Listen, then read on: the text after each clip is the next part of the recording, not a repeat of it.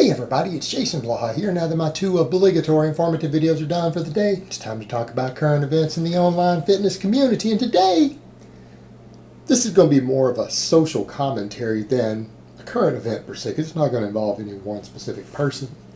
So let me put on my +5 out of weaponsmithing, work on skilling up my crafting a little bit. Let's talk about this. I was thinking about this the other day, and I'm like, why do all these supplement companies have all these fake natties? I mean, we know they do it for marketing purposes, right?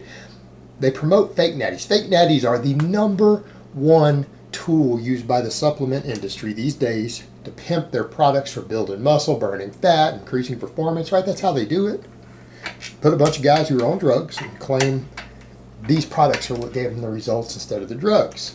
And I realized the reason they support fake natties is because they're fake nutrition. Supplement companies are, for the most part, fake nutrition. I mean, barring protein powder. Because that's a point I've conceded. I used to be really harsh on protein powders, but I've come around full circle, and I'm willing to compromise in the name of being truthful. Let's be truthful instead of being dogmatic. All right, I'll admit protein powders work in the sense of they're a source of protein. Oftentimes, they've got good nutritional value. Other stuff there, they're convenient for a lot of people, depending upon your circumstances. Now, there's a lot of times badly made protein powders that have too many contaminants, dosing problems, labeling problems, everything else, and then the FDA and Consumer Reports and other people have jumped all over that, and we need people to investigate that, and I think that's reasonable. I think as long as a protein powder company can at least sell their product ethically, and they're selling it as just a source of protein, right? Maybe it tastes good, maybe it's different, adds some diversity to your diet, maybe you get tired of chewing on chicken, you want something that tastes different. Okay, I think that's a reasonable product at that point. But what about all this other stuff? It's all fake nutrition. It's just fake nutrition. I mean, realistically, that started with the whole vitamin industry, and that was done as a big scam. What did they say? The industry who produced multivitamins created a big myth that our soil is so depleted that our food is void of vitamins and minerals. And you need this multivitamin and mineral supplement to make up for our poorly grown food. Well, the reality is, while there's some reality to soil depletion, that's why we have fertilizers and crop rotation and everything else, the reality is we have superfoods available. It is easy using modern agriculture and what we have available. It is extremely easy to get well over the RDA on almost every vitamin and mineral. Some require specific foods. There's a few that are a little harder to get. Vitamin K, right? That's one of them. It can be a little harder to get because there's only a handful of foods out there that have vitamin K.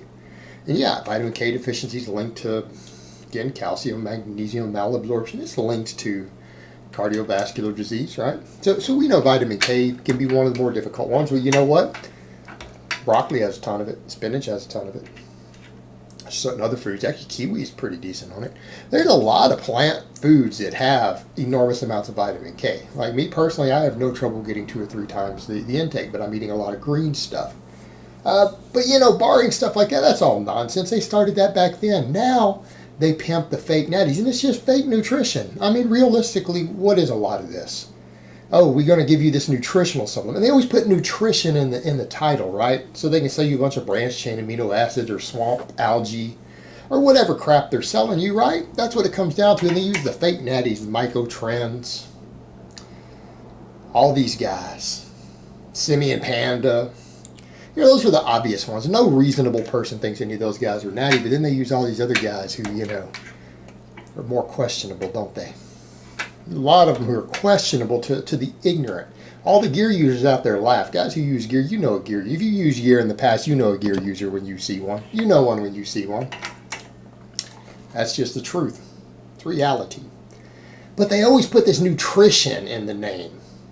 But it's fake nutrition. It's just garbage. It's a bunch of extracts and stuff that half the time do nothing beneficial. The other half of the time does a 10th or a 20th of what they might claim that it does. Right? It's just fake nutrition. It's garbage. But the funny thing is, you got all these fake natties and other people promoting it. They're like, oh, this supplement's nutrition. It's always got nutrition in the name. How many of these guys are really starting nutrition companies? realistically speaking, anyone out there who's talking about they're related, they're in a nutrition related business, but they're involved in fitness. You're talking about a grass-fed ranch. You're talking about a farm. I mean, that would be a nutrition company, right? How many of these fitness-oriented people are getting involved in companies like that? How many guys out there saying, okay, well, yeah, I want to be involved in nutrition?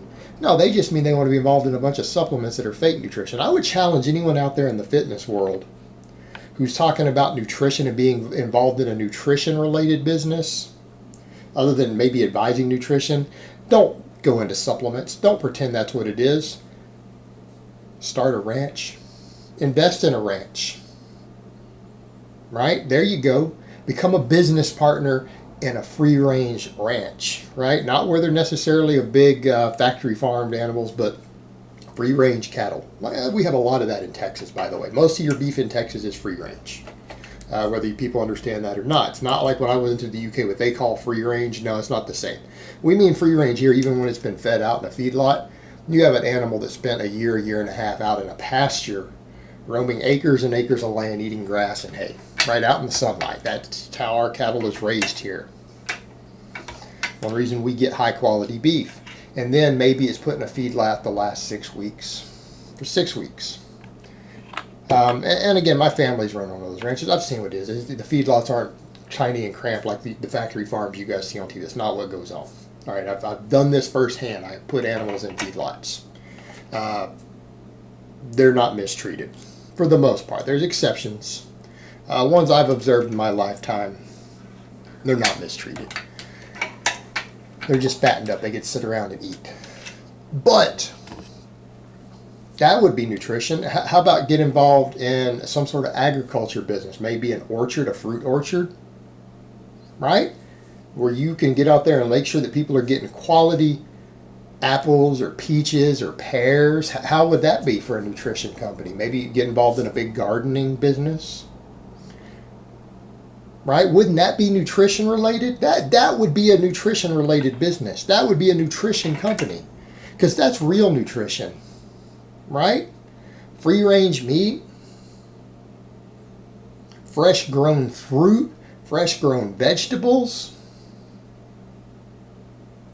Yeah, that would be nutrition. And I got a different view. I mean, I am from the country, and then later in life I did do all this stuff at certain points. My family were ranchers. I've worked on a ranch part of my life.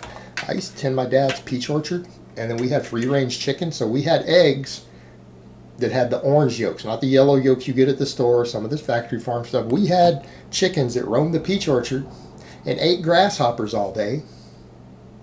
And then at night, they went back to their coop. The rooster would herd all the hens back up, and they laid eggs. We used to sell those eggs at the farmer's market, free-range eggs, because they're out there roaming the peach orchard, helping keep your pests down. Right? Those chickens are providing pest control. I had like 30 hens that used to wander around in an orchard of 300 trees sitting on about 2 acres with fence so that they wouldn't get out. There was fence around it, that would keep them in with mesh fence, keep predators out quite a bit. Those hens would wander that orchard, eat grasshoppers, eat bugs, so that it helped protect the peach orchard, and then you had free-range eggs. And you get eggs like that, it's not like what you guys are thinking of at the store. You end up getting these bright orange yolks that are like the color of an orange peel. Totally different. Now that would be a nutrition-related business. You don't start you an orchard and then have free-range hens roam around and then have free-range eggs. Now that would be a nutrition business. Anybody here in the fitness world want to disagree with that? You tell me that wouldn't be real nutrition? Nobody's doing that, are they? They're not doing stuff like that. They're not doing real nutrition where they really care about people's health and getting quality nutrition. They're just pimping shitty-ass garbage supplements. And then people slap the name nutrition on it. I mean, what a farce. What a farce. And that's what the fake natties do. That's fake nattyism. Fake nattyism goes hand in hand with fake nutrition.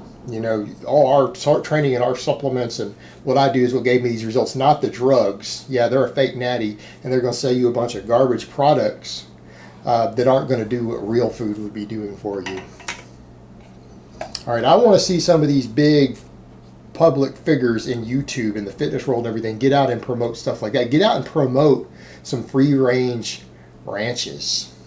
Get out and promote stuff like that orchard like I described, right? We had that. I've seen it firsthand. I've done it. That's real nutrition. And you go sell that stuff at the farmer's market. Get involved in some companies like that. You want to talk about nutrition and health, get out there and promote real quality food. Put your money into real quality food. Put your business investments in quality food if you want to slap the word nutrition on any business endeavor that you're doing.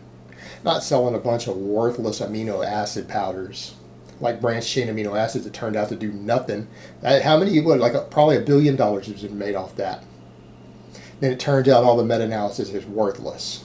Now you want to compare that, people want to slap that stuff, the label nutrition on it, put it on a company, versus some free-range eggs, fresh-grown fruit, all right, free-range cattle ranch, right? That's nutrition. That's real nutrition, not fake nutrition. Well, those fake natties wouldn't know about that, would they? All right, guys, but that's really all I have to say on that today. I hope it's been informative, and I will talk to you guys next time.